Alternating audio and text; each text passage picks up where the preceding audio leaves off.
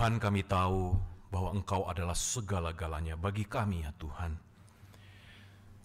Kami rindu ketika pagi ini kami merenungkan kebenaran firman-Mu. Kami rindu Tuhan, hati kami, kehausan kami dipenuhi dengan sukacita, dipenuhi oleh air kehidupan yang senantiasa akan memberikan kami kelegaan. Bapa di dalam surga, terima kasih pagi ini ya Tuhan. Di tengah-tengah kehidupan kami, di tengah-tengah pergumulan yang kami hadapi, di tengah-tengah tantangan, di tengah-tengah kelemahan kami, di tengah-tengah ketika kami terhuyung-huyung berjalan, kami merasakan kehadiran Tuhan di dalam kehidupan kami. Kami rindu Tuhan ketika Mazmur ini, yang sebentar kami akan renungkan bersama-sama. Mazmur ini berbicara kepada kami Tuhan.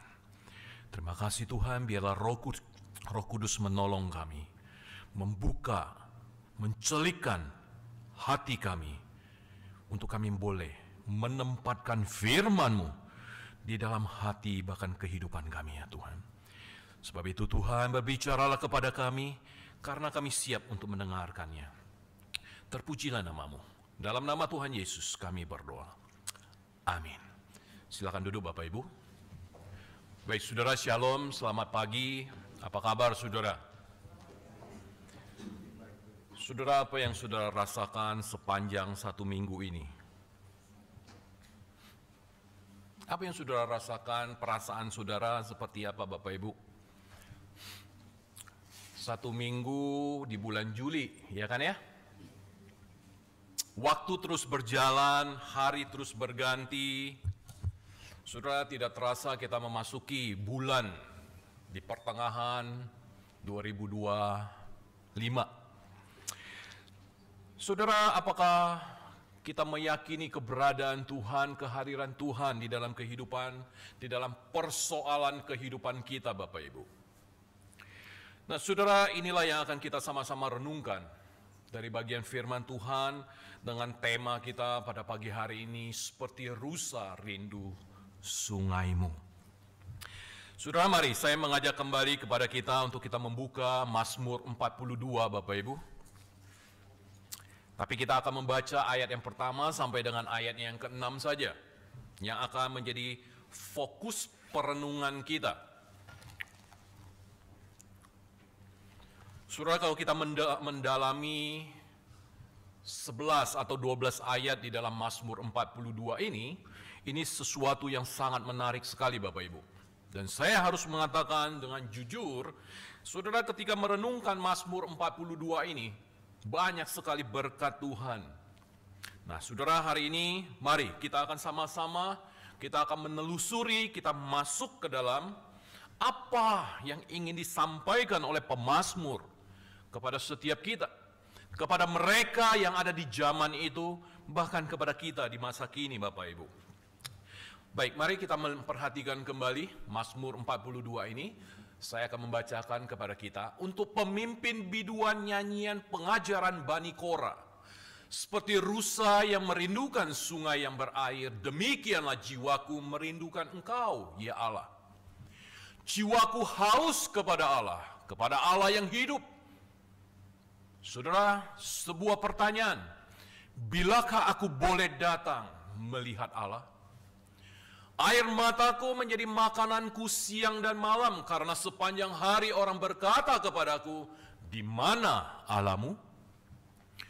Inilah yang hendak ku ingat sementara jiwaku gundah gulana, bagaimana aku berjalan maju dalam kepadatan manusia. Mendahului mereka melangkah ke rumah Allah dengan suara sorak-sorai dan nyanyian syukur. Dalam keramaian, belum selesai. Orang-orang yang mengadakan perayaan. Mengapa engkau tertekan, hai jiwaku, dan gelisah di dalam diriku? Berharaplah kepada Allah, sebab aku akan bersyukur lagi kepadanya, penolongku dan Allahku. Nah, saudara yang terkasih di dalam Tuhan, saudara, kalau kita memperhatikan Mazmur 42 dan Mazmur setelah itu Bapak Ibu, yaitu 43. Saudara, sebenarnya ini merupakan satu Mazmur Bapak Ibu. Mengapa? Karena kalau saudara perhatikan di dalam bacaan bertanggapan kita tadi, di Mazmur 42, ayat yang pertama sampai dengan ayat yang ke-11 Bapak Ibu. Atau 12. Dan kita membandingkan itu dengan Mazmur 43, maka saudara ketika Mazmur 42 ayat 10, ya, bagian C dan D-nya itu sama Bapak Ibu dengan Mazmur 43 ayatnya yang kedua dan bagian B dan C. Dan ditambah lagi saudara, ketika kita membaca referennya, kedua Mazmur ini pun sama. Perhatikan di ayat yang ke-6 dan 12 dari nomor 42, Mazmur 42, dan di ayatnya yang ke-5 daripada Mazmur 43. Nah, saudara, ini sesuatu yang sangat menarik sekali. Tetapi hari ini saya mengajak kita fokuskan perhatian kita kepada Mazmur 42 ayatnya yang pertama sampai dengan ayatnya yang ke-6. Nah, saudara, saya mulai dengan sebuah cerita Bapak Ibu. Saudara, ada satu kalimat peribahasa atau pepatah yang mengatakan demikian, mujur tak dapat diraih, malang tak dapat ditolak. Pernah dengar ya Bapak Ibu? Mujur tak dapat diraih, malang tak dapat ditolak. Saudara, itulah peribahasa yang paling tepat sekali untuk menggambarkan apa yang terjadi di dalam kehidupan daripada seorang ibu, seorang wanita, yang sebentar kita akan sama-sama dengarkan cerita ini. Saudara, si wanita, si ibu ini punya seorang suami yang dulunya suaminya ini adalah seorang pengusaha. Saudara, dikatakan bahwa mereka ini hidup bahagia dan sangat berkecukupan. Suatu hari Bapak Ibu, setelah sekian lama di dalam mereka menjalin rumah tangga, suatu hari sang suami Bapak Ibu memutuskan akan menyerahkan dirinya untuk menjadi pelayan Tuhan, seorang hamba Tuhan Bapak Ibu. Saudara, semua usaha yang sudah dirintis, semua yang sudah dia raih Bapak Ibu, semua itu dilepaskan. Dan kemudian suaminya itu kemudian menyerahkan diri dan masuk sekolah, masuk ke dalam seminari Bapak Ibu. Setelah sekian lama mengenyam studi dan pendidikan, setelah lulus sang suami kemudian melayani di sebuah gereja yang sangat sederhana sekali. Income yang didapatkan pun, saudara, dari dulunya ketika mereka ini adalah seorang pengusaha yang berpenghasilan yang cukup banyak dan akhirnya menurun drastis Bapak Ibu. Dengan penghasilan yang menurun drastis, pengeluaran yang membengkak, saudara, bukan karena mereka ini boros, bukan. Bukan mereka bertambah boros, bukan. Melainkan, saudara, karena mereka punya hati yang tidak pernah tahan melihat ketika ada orang yang kekurangan. Dan hati mereka itu tergerak, Bapak Ibu, untuk membantu mereka. Nah, saudara, suatu pagi si suami berpamitan kepada si wanita ini atau istrinya untuk pergi pelayanan ke satu daerah Bapak Ibu. Karena suaminya melayani di satu daerah dengan yang sederhana, gereja yang kecil Bapak Ibu.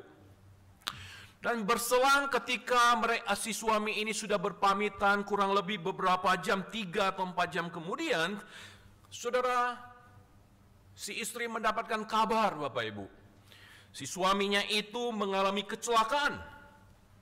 Si suami ini tertabrak Bapak Ibu oleh sebuah bus yang sedang ngebut dengan kecepatan tinggi. Dan seketika itu suami ini terlempar dan meninggal di tempat. Tragisnya, menurut beberapa saksi mata yang melihat kejadian tersebut, bahwa suaminya ini tertabrak bukan karena kecerobohan daripada suaminya. Suaminya ini tertabrak karena suaminya itu berhenti hendak menorong seorang pengendara sepeda motor yang menjadi korban daripada tabrak lari. Saudara, singkat cerita, pemakaman selesai. Si wanita atau ibu ini masih berpikir bahwa Allah memiliki rencana lain bagi dirinya, Bapak Ibu. Dia begitu tegar, begitu tabah menerima akan kondisi situasi yang seperti itu. Saudara, berselang setelah suaminya meninggal beberapa bulan kemudian, saudara, mereka dikaruniai oleh beberapa putri dan juga putra, Bapak Ibu. Nah, saudara, putri pertama mereka ya seorang importir, Bapak Ibu, ya, seorang importir alat-alat rumah tangga. Dan pada saat itu sedang mengalami masalah. Si anak perempuan mereka ini ditipu oleh rekan bisnisnya. Si anak ini udah menikah, ya, ditipu oleh rekan bisnisnya hingga hampir seluruh modal usahanya habis. Dan dia harus menjual rumahnya, mobilnya untuk membayar hutang bisnisnya. Nah, saudara, apa yang terjadi? Rumah tangga sang putri ini tergoncang, akhirnya berakhir kepada perceraian. Nah, saudara, si hati ibu ini, si wanita ini begitu tercabik melihat badai kelam yang menimpa kehidupan daripada anaknya, putrinya ini. Namun, saudara, dia merasa harus tetap tegar agar apa? Dapat menguatkan iman daripada putrinya itu. Namun, saudara, rupanya badai, kesulitan, permasalahan itu belum selesai. Rupanya kesusahan belum berhenti mengikuti hidup daripada si wanita ini, si ibu ini. Suatu hari dia mendapati putranya yang kuliah di semester yang terakhir, Bapak Ibu. Itu tiba-tiba mengalami muntah-muntah dan seluruh tubuhnya ini kejang menggigil di dalam kamarnya. Dan seketika itu si wanita ini kemudian melarikan putranya ke rumah sakit. Saudara, betapa terkejutnya ketika putranya ini dibawa ke rumah sakit dan ketika itu dokter mengatakan bahwa putramu ini sedang sakau akibat daripada pengaruh obat-obat terlarang.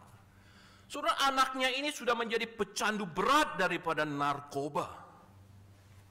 Saudara, betapa hancurnya si wanita, si ibu ini, Bapak Ibu. Saudara, apa yang dia lakukan demi putranya? Dia terpaksa menjual rumahnya, Bapak Ibu. Dengan hasil daripada penjualan rumahnya itu untuk merehabilitasi putranya.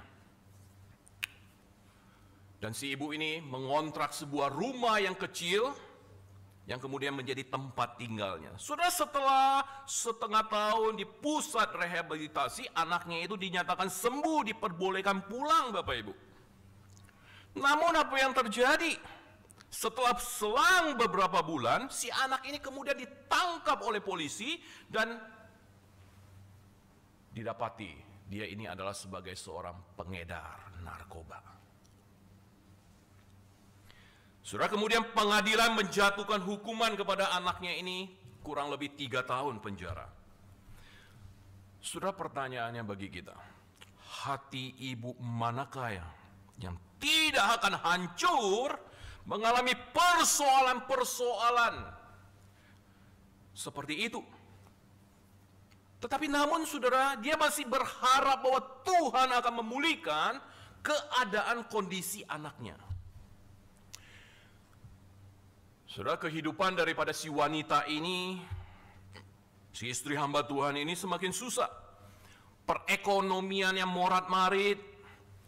Bahkan saudara-saudaranya, saudara kandung, saudara-saudaranya ini yang tidak seiman, Saudara kemudian mencemooh dia sebagai orang yang berhikmat. Kenapa engkau mengizinkan suamimu pada waktu itu untuk mengambil keputusan, menyerahkan diri untuk melayani Tuhan seumur hidupnya menjadi seorang hamba Tuhan? Saudara, jiwanya semakin tertekan dan kemudian pelan-pelan menggerogoti kondisi kesehatannya, dan kesehatannya semakin menurun. Nah, saudara, keadaan ginjalnya yang sejak dulu lemah ini mulai kambuh, Bapak Ibu. Beberapa kali dia harus masuk ke rumah sakit sampai akhirnya dia dinyatakan, divonis dia mengalami gagal ginjal dan harus menjalani cuci darah seminggu 1-2 kali, Bapak Ibu. Maka runtuhlah seluruh kekuatan dia. Saudara, tengah malam di ranjang rumah sakit tangisnya itu pecah. Dia tidak lagi kuat menanggung beban yang terlampau berat, Bapak Ibu. Saudara, apa yang dia lakukan? Kemudian dia menjerit dan dia memanggil-manggil. Saudara, siapa yang dia panggil? Dia memanggil nama suaminya, saudara. Bukan Allah, bukan Tuhan. Saudara, dia sudah terlalu kecewa kepada Allah, kepada Tuhan. Saudara, bagi dia Tuhan itu tidak ada, Bapak Ibu. Tuhan ini tidak dapat dipercaya. Allah itu begitu kejam, kenapa dia membiarkan semua itu terjadi? Padahal Tuhan itu dapat mencegahnya. Saudara, di dalam tangisan si wanita, si ibu ini, dia mengajukan satu pertanyaan kepada Allah. Dia bertanya, di manakah engkau, Tuhan? Saudara, itu pertanyaan dia, Bapak Ibu. Saudara, adakah jawaban? Tidak ada jawaban. Tidak ada jawaban sama sekali, Bapak Ibu. Dan kemudian si wanita ini, si ibu ini hanya mendengar suara tangisannya sendiri. Di dalam kesunyian, Bapak Ibu. Sampai akhirnya dia tertidur. Dalam kesunyian di malam itu. Saudara, saya mengajak kita untuk kita melihat, Bapak Ibu, di dalam Mazmur 42 ini, yang tadi sudah kita baca, Bapak Ibu. Saudara, apa yang dialami oleh si ibu tadi merupakan kenyataan hidup yang bisa terjadi di dalam setiap hidup orang percaya, Tuhan. Bapak Ibu, Tuhan kadang kala tidak mudah ditemui. Saudara, pengalaman hidup kita mengatakan demikian. Yang kemudian lebih membuat kita frustasi justru pada saat-saat di mana kita sangat membutuhkan dia absen daripada kehidupan kita. Saudara, sebagaimana seorang anak yang lepas dari tangan bapaknya di tengah-tengah keramaian orang, demikianlah kita merasa sendirian, tidak ada pegangan, tanpa pegangan. Saudara, Allah sama sekali tidak peduli dengan apa yang kita alami. Tak jarang saat kita menghadapi situasi-situasi yang sulit, situasi yang genting, kita meragukan Tuhan. Saudara, James Bicknell, dia adalah seorang penggugah lagu. Di dalam lagunya, di dalam nyanyiannya, Bapak Ibu, yang berjudul Answer Me, jawablah aku, sudah mengungkapkan dengan sangat-sangat menyentuh, Bapak Ibu, sebuah pertanyaan daripada James Bicknell ini. Saudara, nanti di YouTube saudara bisa buka, bisa cari James Bicknell, saudara ketik aja, nanti itu muncul, Bapak Ibu, lagunya. Di dalam lagunya itu berbunyi begini, Answer me, sweet Jesus. Don't you hear me calling you? I need you, Lord.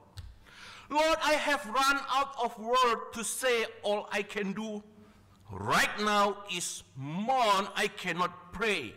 like all of the sudden, but let me know my prayers being heard. Lord, I have heard on a long time, and all my action depend upon you. I have been patient and highly understanding. Now I don't know where is left to do. Ini sepenggal Bapak Ibu, isi daripada nyanyian James Bignon ini yang berjudul Answer Me. Nanti saudara di rumah, saudara boleh ketik di YouTube Bapak Ibu. Coba saudara dengarkan lagu ini. Lagu yang sangat pelan sekali Bapak Ibu. Saudara, absennya Allah di dalam kehidupan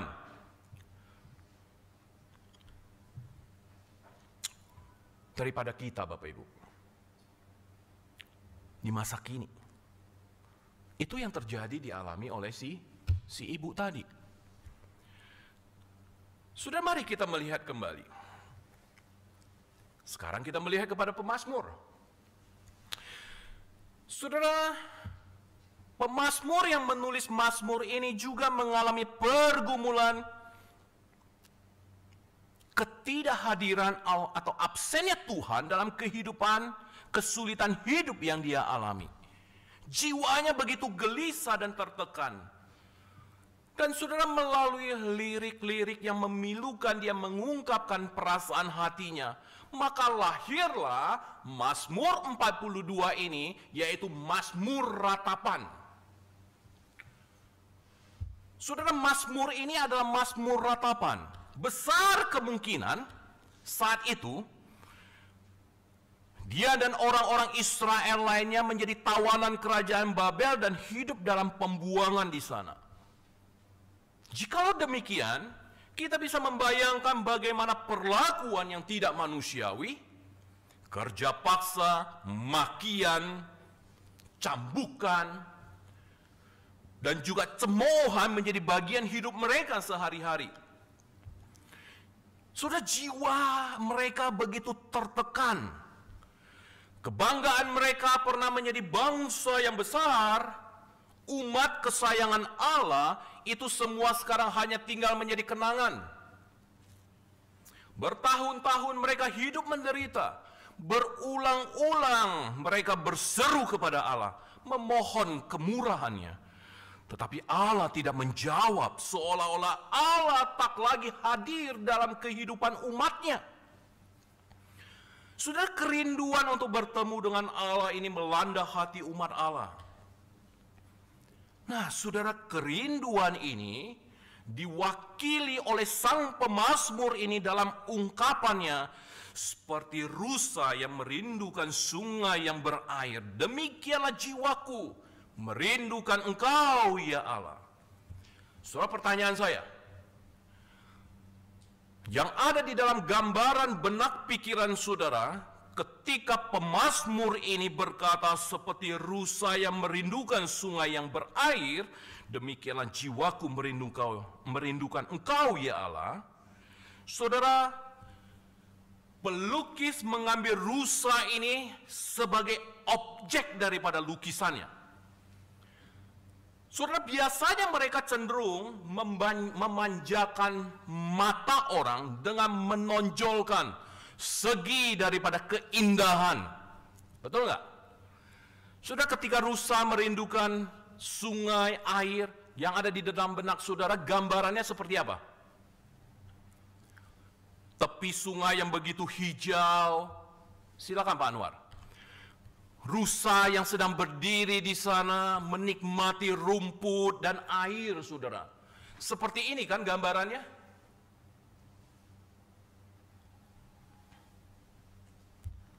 Namun saudara,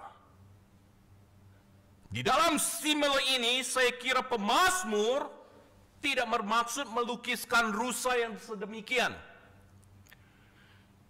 Tetapi si penulis ini sedang menggambarkan seekor rusa yang berada di sebuah hutan yang sedang kering kelontang, sebuah hutan yang sedang terbakar, Bapak Ibu.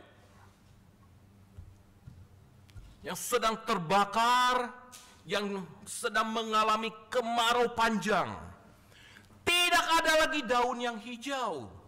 Tidak ada lagi kupu-kupu yang sedang berterbang. Tidak ada lagi burung-burung yang berkicauan dan tidak ada lagi rumput yang hijau, Bapak Ibu.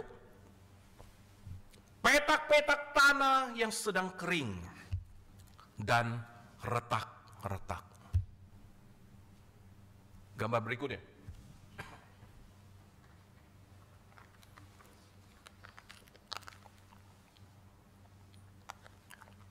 Kira-kira Bapak Ibu seperti inilah. Di dalam imajinasi daripada si pemazmur ini Bapak Ibu, saya coba Bapak Ibu masuk ke dalam berimajinasi. Sudah seakan-akan rusa ini sedang berjalan dengan lemah, terhuyung-huyung, sambil dia menyeret tubuhnya Bapak Ibu. Pandangan matanya yang sayu penuh kekecewaan, perasaan yang tertekan dan gelisah. Setelah dia berhari-hari berjuang, berjalan, menahan hausnya Bapak Ibu. Kekeringan menyengat tenggorokan seluruh jaringan tubuhnya. Tidak ada kebutuhan yang lain di dalam dirinya kecuali adalah menemukan sungai yang memiliki air. Dia sadar bahwa tanpa air hidupnya akan selesai, berakhir. Saudara, itulah pelukisan jiwa yang dilanda kerinduan untuk bertemu dengan Tuhan, dengan Allah. Saudara, ratapan kerinduannya yang akan Allah diungkapkan lebih lanjut dan dia berkata, jiwaku haus kepada Allah yang hidup. Bilakah aku boleh datang melihat Allah? Iya kan saudara, itu seruannya Bapak Ibu. Sekarang dia melukiskan kerinduannya dengan suatu pengontrasan yang begitu menggugah sekali. Jiwanya yang haus dibandingkan dengan Allah yang hidup. Saudara perhatikan perkataan Allah yang hidup. Saudara, perkataan ini melukiskan bahwa Allah ini adalah sesosok pribadi yang hidup, yang berbeda Bapak Ibu, dengan dewa-dewa Babel yang mati, dan juga menyatakan bahwa Allah adalah sumber daripada kehidupan. Sumber kehidupan dari segala sesuatu di mana jiwa pemazmur ini sendiri bergantung kepadanya. Tanpa Allah, ia akan binasa. Sudah di tengah-tengah keadaan seperti itu dia bertanya, bilakah aku boleh datang melihat Allah? Saudara, ini merupakan suatu pertanyaan yang lahir karena kebutuhan yang sangat-sangat besar sekali. Ini mendesak Bapak Ibu. Bilakah atau kapankah? Menunjukkan bahwa kehausan pemazmur ini sudah berlangsung demikian lama. Dan permohonannya telah diajukan berulang. Namun responnya adalah Allah tidak pernah ada. Nah, saudara yang terkasih di dalam Tuhan,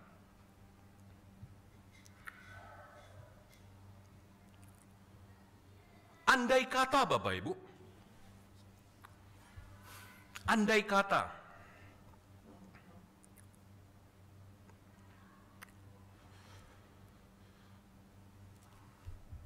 mazmur-mazmur dalam Alkitab itu kalau dicatat disertai dengan audio CD, bentuk TV, DVD, seperti buku-buku masa kini Bapak Ibu, maka niscaya kita dapat menangkap satu mode pengucapannya sehingga kita bisa ikut merasakan perasaan daripada mazmur atau pemazmur di balik kata-kata yang dia tulis. Walau demikian Bapak Ibu, kita tidak perlu berkecil hati. Kenapa? Dalam menafsir Mazmur memang diperlukan apa Bapak Ibu? Kecerdasan emosi untuk menerka modenya ini Bapak Ibu. Suaranya ini, sehingga perasaan pemazmur yang sedang curhat kepada Allah ini dapat kita ketahui. Sudah, apabila pertanyaan pemazmur, bilakah aku boleh melihat Allah, diekspresikan Bapak Ibu dengan satu mode suara kemarahan atau otoritatif, tentu ini akan merasa janggal.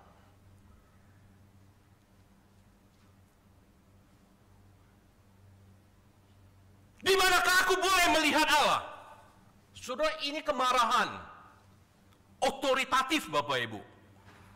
Ini akan janggal sekali. Nada perintah membuat pemazmur menjadi penguasa dan Allah itu menjadi bawahannya. Betul nggak? Padahal keadaannya sedang terpuruk. Dia membutuhkan kehadiran Allah. Juga sukar dibayangkan bila pertanyaan ini diekspresikan dengan mode yang sinis atau intimidatif Bapak Ibu. Jika kita setuju dengan konteks sejarah Mazmur ini yang ada pada masa pembuangan di Babel, pemazmur pasti dia menyadari siapakah dirinya dan siapakah Allah. Dirinya ini adalah orang yang berdosa terhukum. Sedangkan Allah adalah pribadi yang kudus dan berdaulat. Jikalau Allah ini tidak berkenan untuk ditemui, maka tidak ada seorang pun yang dapat berjumpa dengan dia. Jadi jelas, nada intimidatif tidak sesuai dengan konteksnya. Nada-nada kemarahan pun tidak sesuai. Maka saudara, satu-satunya mode yang paling tepat ini adalah mode permohonan. Mode yang mengharapkan belas kasihan seperti seorang pengemis. Saudara pernah didatangi oleh seorang pengemis Bapak Ibu? Yang mengharapkan sedekah dari seorang tuan yang kaya raya. Tuan, tolong, saya belum makan. Sudah 3 hari saya belum makan. Mohon tolong, berikan saya. Saudara, inilah modenya Bapak Ibu. Bilakah aku boleh melihat Allah? Saudara, pertanyaan ini lebih mungkin diucapkan dengan nada minor yang memilukan hati sesungguhnya. Saudara, sekarang Israel yang diwakili oleh si pemazmur ini baru bisa dia menghargai apa artinya bersekutu dengan Tuhan. Kenapa?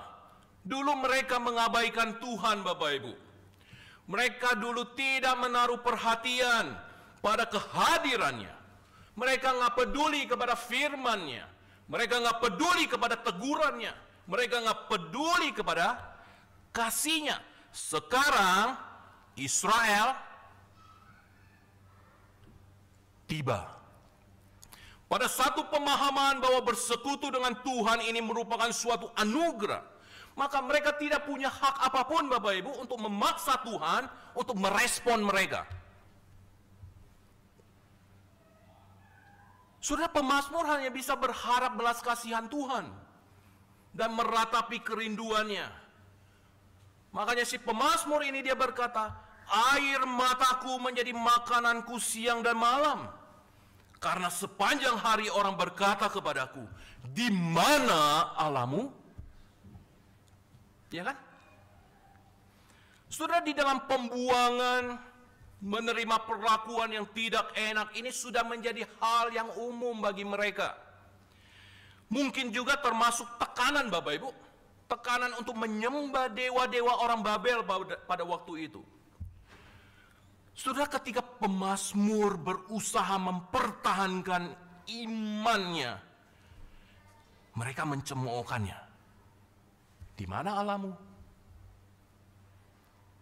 Bisa apa Allahmu? Allahmu sudah meninggalkan kamu. Saudara, cemooh itu menghancurkan hatinya, Bapak Ibu. Bagai anak ayam kehilangan induknya, dia tidak punya lagi tempat untuk berlindung. Karena itu dia berkata, air mataku menjadi makananku siang dan malam.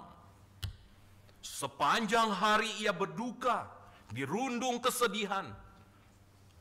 Celakanya, Allah pergi entah kemana. Saudara, mari kita melihat beberapa tokoh di dalam Alkitab. Daud. Saudara, Daud pernah nggak merasakan kehilangan Allah?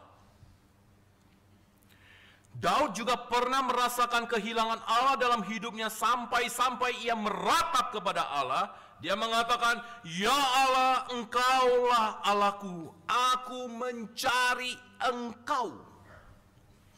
Dia mengatakan, jiwaku haus kepadamu, tubuhku rindu kepadamu, seperti tanah yang kering dan tandus tidak berair.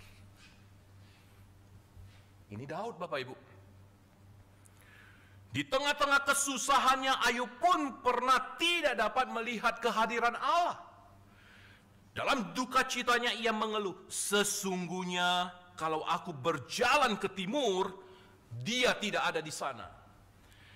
Atau ke barat, tidak kudapati dia.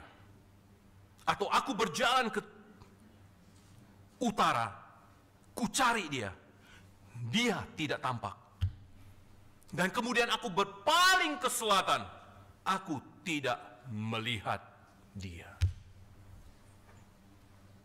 Itu Ayub. Daud, Ayub. Saudara, bagaimana dengan Yesus?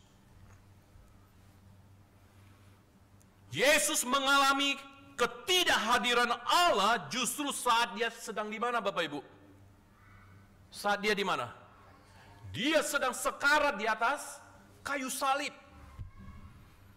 Saat ia berpaling, saat yang paling dia butuhkan penyertaan, penghiburannya, kehadiran Allah.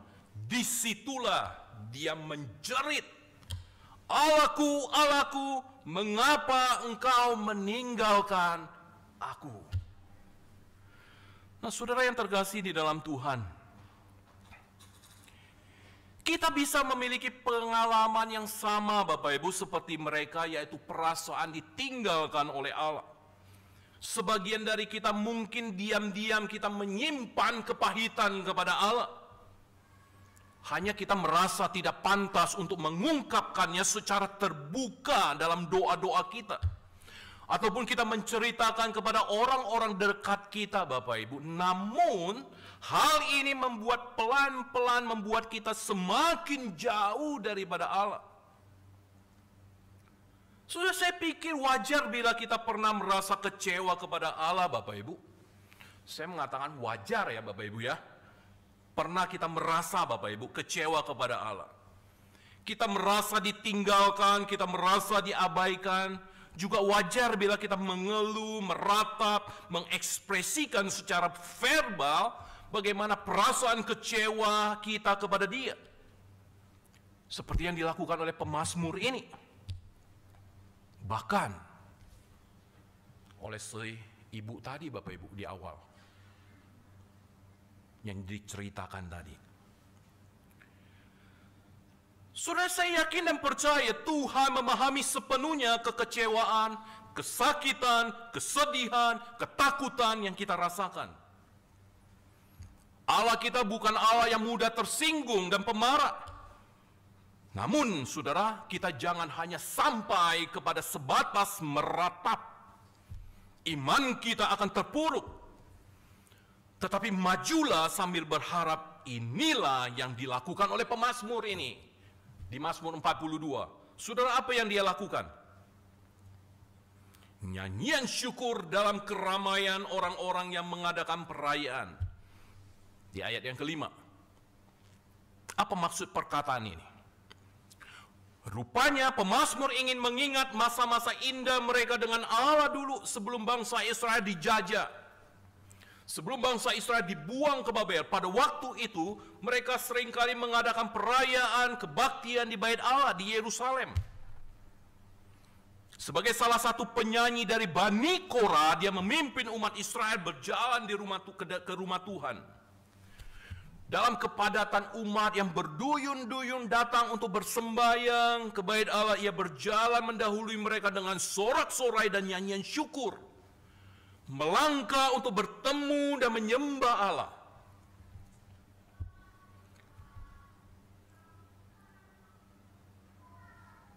Di sana Allah telah menanti mereka, seperti seorang bapa yang menanti kedatangan anak-anaknya. Kehadiran, penerimaan Allah mendatangkan sukacita besar bagi umatnya. Saudara, Allah itu bukan Allah yang dingin, acuh, tak acuh, tidak peduli pada apa yang dia alami oleh umatnya.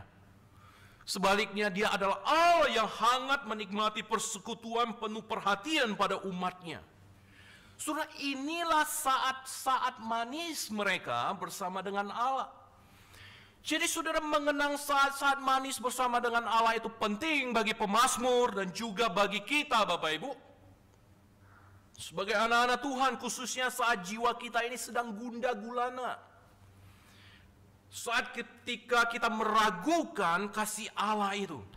Sesungguhnya apakah Allah itu mengasihi saya? Sesungguhnya ketika Allah mengizinkan segala sesuatu terjadi di dalam hidup saya, apakah Allah itu mengasihi saya? Saudara, kenangan ini memaksa kita, saudara, melihat lagi album-album foto kenangan kita dengan Allah, saudara. Ada banyak momen-momen peristiwa indah yang telah kita lewatkan bersama dengan Dia. Saat-saat ketika kita merasa begitu kagum kepada pribadinya. Saat-saat ketika kita merasa kagum kepada kasihnya, saudara. Kita kagum kepada kebaikannya. Tidak ada keraguan sedikit pun bahwa dia adalah Allah yang selalu menepati janjinya. Nah, saudara, kenangan-kenangan manis inilah yang akan menjadi starting step yang mengembalikan iman kita kepada Dia, saudara. Di tengah-tengah gundah gulana, di tengah-tengah ketidakpercayaan, di tengah-tengah meragukan Dia, setiap kita pasti punya album foto kenangan bersama dengan Tuhan.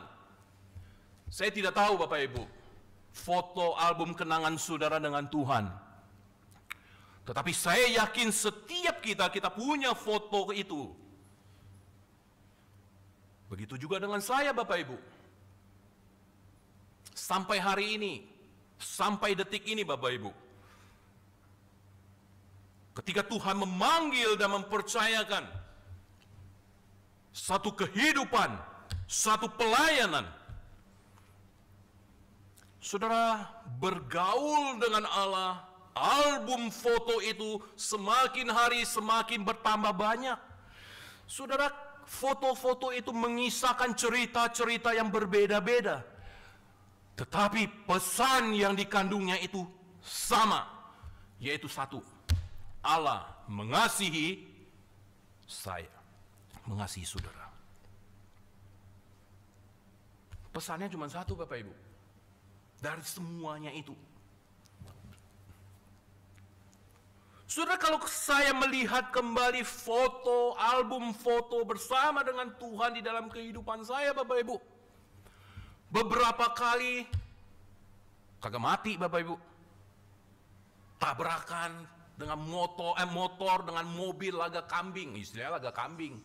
Depan sama depan, jebret. Helm pecah. Di kaki itu tersayat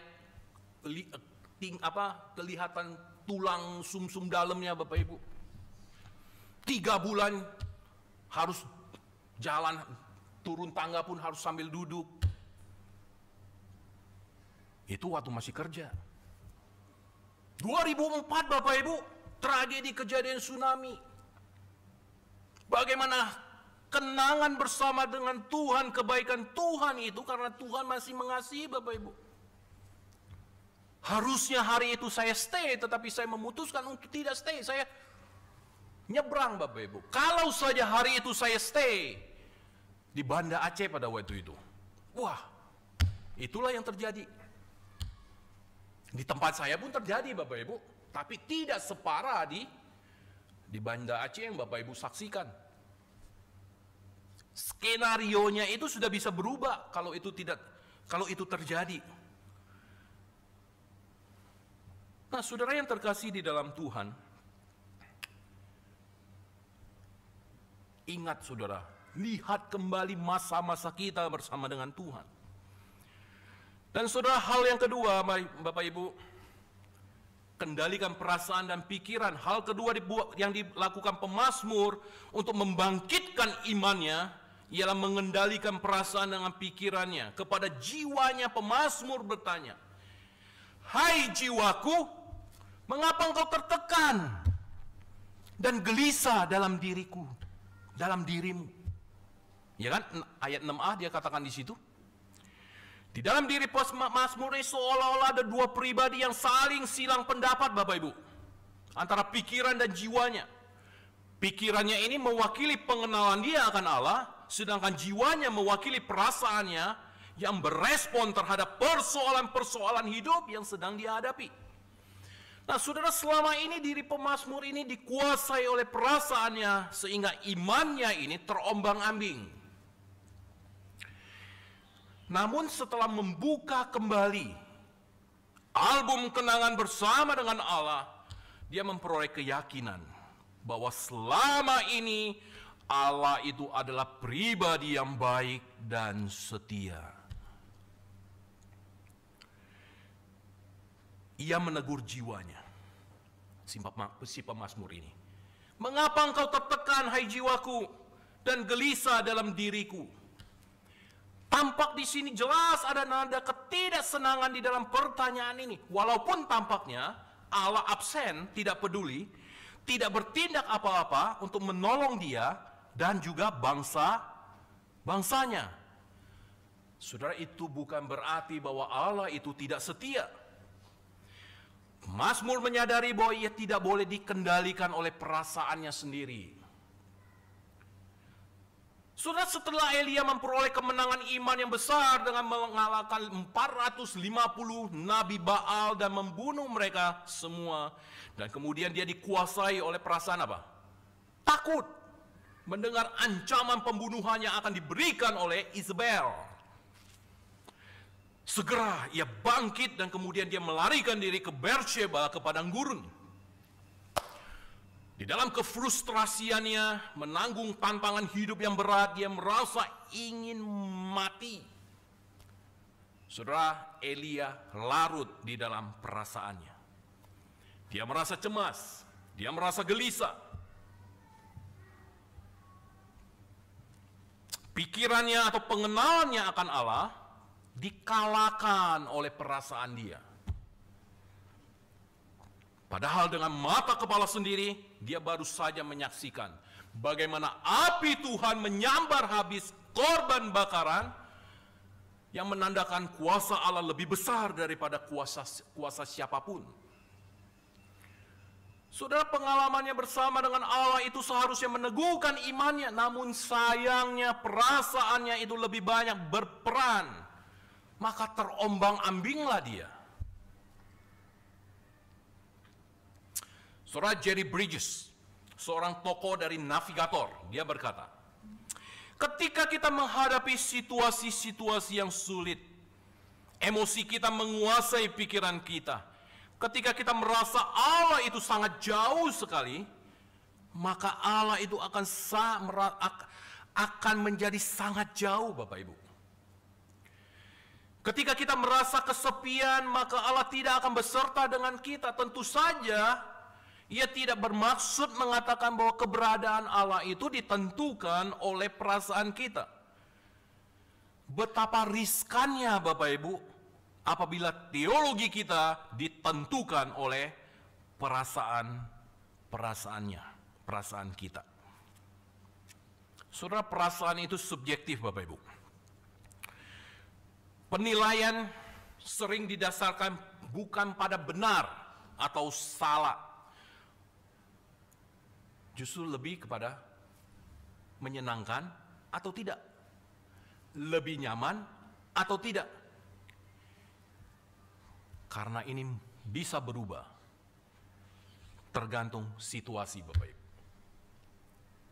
Nah, oleh karena itu, bila iman kita didasarkan atas perasaan bukan pada pikiran atau pengenalan yang kokoh, maka saudara, sulitlah bagi kita untuk mempunyai iman yang stabil dalam menghadapi badai gelombang hidup ini.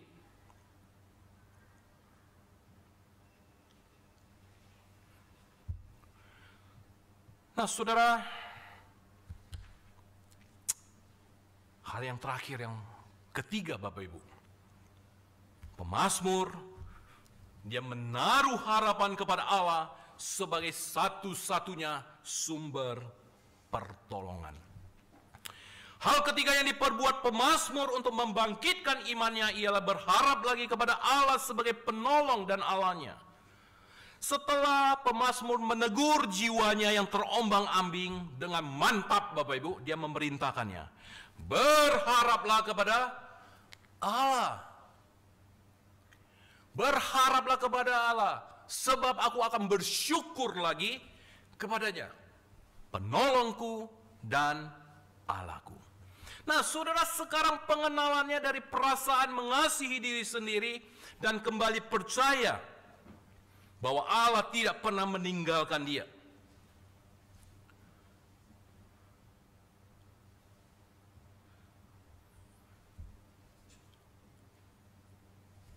Aku akan bersyukur lagi kepada dia. Aku akan bersyukur lagi. Berarti sebelumnya pernah nggak dia bersyukur? Pernah. Tetapi setelah itu apa yang terjadi? Dan sekarang dia kembali bersyukur kepada dia, penolongku dan Allahku. Di sini saudara, sebuah komitmen telah dibuat. Komitmen untuk bersyukur kepada Tuhan seperti dulu. Ya, seperti dulu. Makanya saudara, Eugene Peterson dia menerjemahkan frase ini saudara. Allahku penolongku, dengan dia berkata, He put a smile on my face. He is my God. Kalau secara harfiah kita terjemahkan menjadi, dia menaruh senyuman di wajahku karena dia adalah Allahku. Saudara, wajah pemazmur yang sedang dirundung oleh ratapan, kemudian kini berubah menjadi satu sukacita karena dia berharap kembali kepada Allah. Dia berharap Bapak Ibu. Saudara, saya mengakhiri dengan sebuah cerita. Saudara, menunggu 11 tahun lahirnya seorang anak dalam pernikahan bukan waktu yang singkat dan mudah. Tetapi akhirnya apa yang terjadi, saudara? Apa yang diharapkan pasangan suami istri yang satu ini kemudian tiba-tiba. Betapa tidak terkiranya kebahagiaan mereka, Bapak Ibu. Sepasang suami istri 11 tahun mengharapkan seorang anak. Sebut saja namanya Naomi, David lah begitu Bapak Ibu. Dua orang anak Tuhan yang setia dalam melayani Tuhan, hati yang penuh dengan luapan syukur, mendorong mereka terus bersaksi di mana-mana bahwa Allah itu kasih dan mujizat itu nyata di dalam diri mereka. Saudara, semua berjalan dengan baik. Sampai ketika memasuki kehamilannya di bulan kelima. Suatu pagi, si Naomi merasa perutnya begitu sakit, pendarahan kemudian terjadi, dan suhu tubuhnya kemudian meninggi. Dan segera dia menelepon suaminya dan kemudian dibawa ke rumah sakit, saudara, atas instruksi daripada dokter kandungan, dan kemudian dilarikan ke unit gawat darurat. Setelah beberapa jam dalam pemeriksaan di USG dan di infus, akhirnya dokter dengan sangat hati-hati memberitahukan kepada si kedua pasangan ini bahwa anak atau bayinya telah meninggal. Sudah melihat kondisi daripada si Naomi ini, pasangan ini Bapak Ibu, yang mengkhawatirkan dan kemudian dokter menyarankan kepada suaminya untuk mengizinkan istrinya dioperasi darurat Bapak Ibu. Saudara, apa yang dilakukan? Pasangan ini berpelukan sambil menangis. Pengharapan akan hadirnya si kecil ini pun seketika itu hilang sirna. Pasca operasi, pasangan suami istri ini tenggelam Bapak Ibu dalam duka cita yang berkepanjangan. Mereka tidak siap menerima kenyataan yang mereka alami. Dan hal yang paling buruk, lebih buruk terjadi, tidak lagi mampu membendung duka yang selalu bergejolak di dalam hatinya. Maka timbullah ada kemarahan kepada Allah dalam hatinya. Baginya tidak masuk akal bila Allah itu adalah maha kuasa, tidak mampu menjaga bayinya. Saudara, yang benar adalah Allah tak mau menjaganya Bapak Ibu. Selama 2 tahun, mereka bergumul. Mereka tidak dapat berdoa kepada Tuhan. Mereka tidak mau lagi melayani. Seringkali si Naomi ini bermimpi Bapak Ibu, menggendong bayinya, tersenyum, tertawa bersama dengan dia.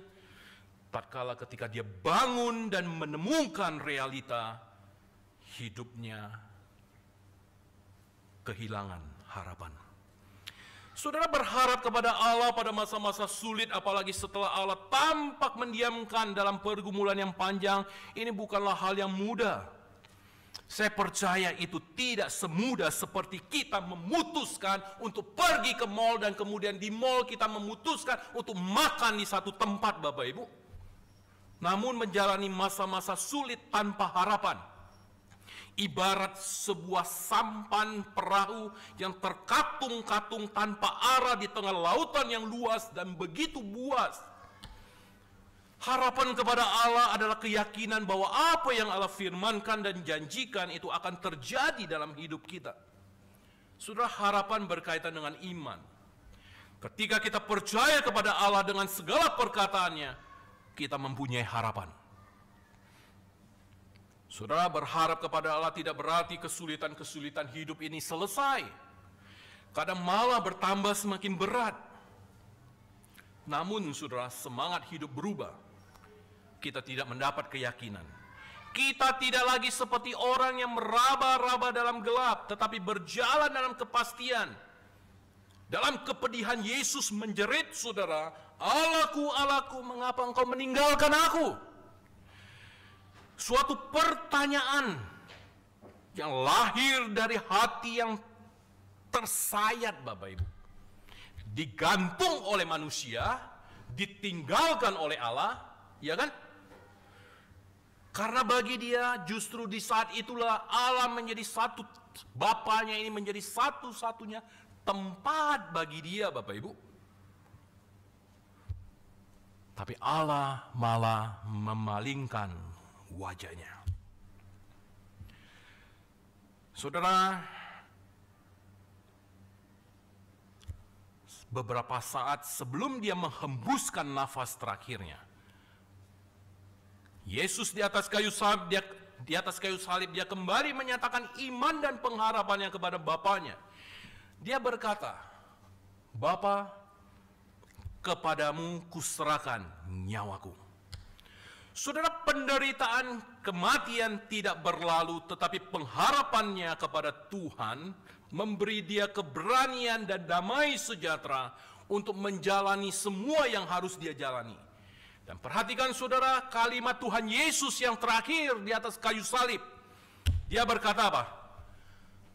Sudah selesai. Atau diterjemahkan dengan kata lain, sudah genap. Saudara, di sini kita mendapatkan Yesus mengubah nada ratapannya menjadi satu kemenangan, saudara.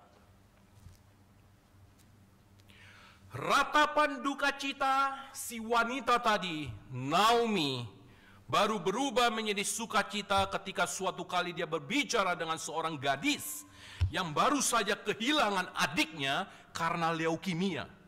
Saudara, gadis itu berkata, "Tante Naomi, tahu nggak?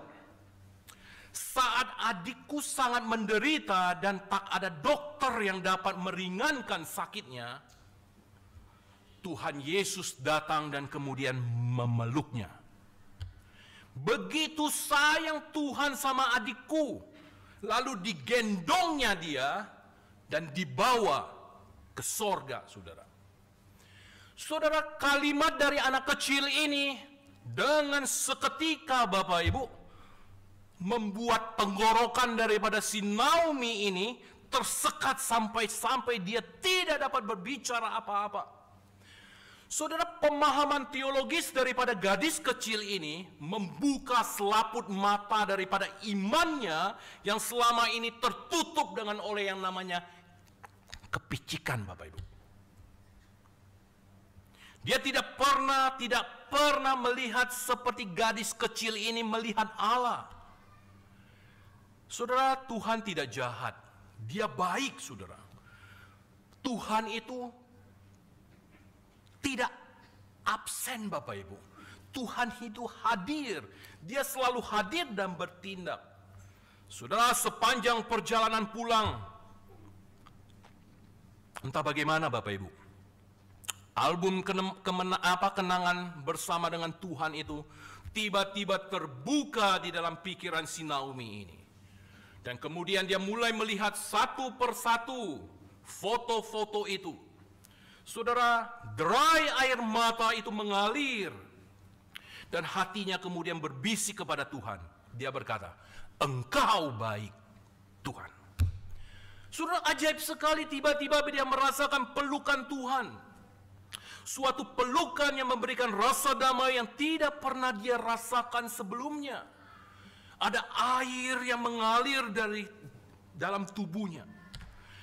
Dan dengan seketika dia terhubung kembali dengan sumber air itu. Pengharapan dia kembali terbangun. Saudara, saya akhiri khotbah ini, saudara. Pada hari pemuncak perayaan Pondok Daun, hari yang ke-7, Yesus berdiri di tengah-tengah orang Yahudi dan dia berseru, "Barang siapa haus, baiklah dia datang kepadaku dan minum." Orang-orang Yahudi dalam perayaan tersebut mengharapkan air hujan untuk panen mereka. Turunnya hujan. Tetapi Tuhan mengetahui kebutuhan mereka yang paling utama, yaitu air hidup yang memberikan kelegaan atas kehausan rohani mereka. Karena itu Yesus mengundang siapa saja yang merasa dahaga, kekeringan akan hadirat Allah untuk datang dan menerima kelegaan itu. Saudara, di dalam Wahyu 21 ayat yang ke-6, di situ dikatakan apa? "Aku adalah Alfa dan Omega. Aku adalah yang awal dan yang akhir. Orang-orang yang haus akan kuberi minum dengan cuma-cuma dari mata air kehidupan."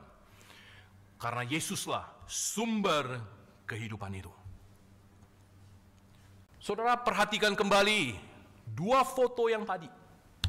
Gambar tadi, Bapak Ibu, seperti rusa yang tertati-tati datang menghampiri untuk mencari sumber air kehidupan itu. Maka saudara, hari ini jikalau kita menghadapi kekeringan, kita membutuhkan air kehidupan itu, maka saudara datanglah kepada Yesus, berharaplah kepada Dia. Jangan biarkan diri kita berlarut-larut dalam kesedihan ini. Percayalah Bapak Ibu, maka hidup kita akan hancur kalau kita tidak datang kepada Tuhan. Percayalah dan berharap kepada Allah sebagai penolong kita. Walaupun kadang kita lihat Allah itu sepertinya tidak hadir di tengah-tengah pergumulan kita yang berat. Tetapi pada waktunya nanti Dia akan mengubah ratapan kita menjadi satu genderang kemenangan. Kiranya Tuhan menolong kita melalui Mazmur 42 yang kita renungkan sama-sama. Tuhan memberkati Bapak Ibu sekalian. Mari kita tundukkan kepala kita akan berdoa. Saudara, mari kita sama-sama merenungkan sejenak, berdiam diri di hadapan Tuhan. Saudara, mari kita melihat kembali, saudara, peristiwa-peristiwa di dalam hidup kita. Dengan kita kembali membuka foto-foto album kita, Bapak Ibu, di dalam perjalanan hidup kita bersama dengan Tuhan sampai hari ini. Mungkin saat ini kita menghadapi begitu banyak tekanan, masalah, kesulitan, tantangan. Tapi yakin dan percayalah, Tuhan hadir, Tuhan ada di tengah-tengah kita. Dia akan mengubah ratapan saudara menjadi satu kemenangan. Kembali kepada Dia. Datanglah kepada Dia. Karena Dia adalah sumber air kehidupan itu.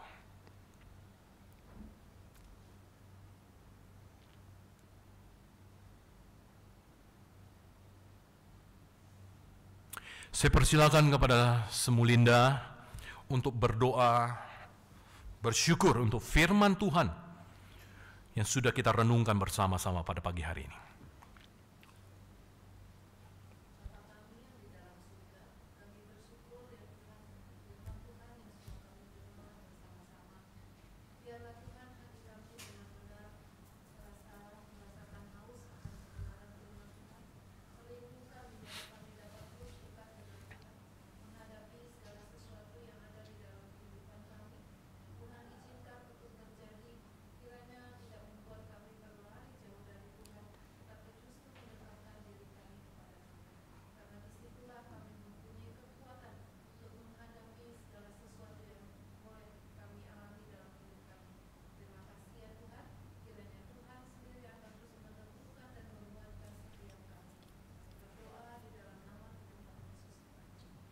Amin. Baik saudara, pada pagi hari ini kita bersama-sama akan memperingati dan ambil bagian di dalam perjamuan Tuhan.